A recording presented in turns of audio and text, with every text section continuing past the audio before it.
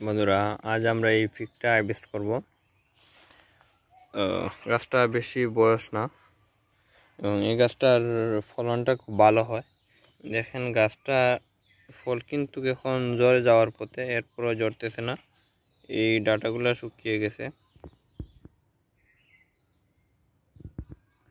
এরপরও ঝরতেছে না। এটা ওই দেখেন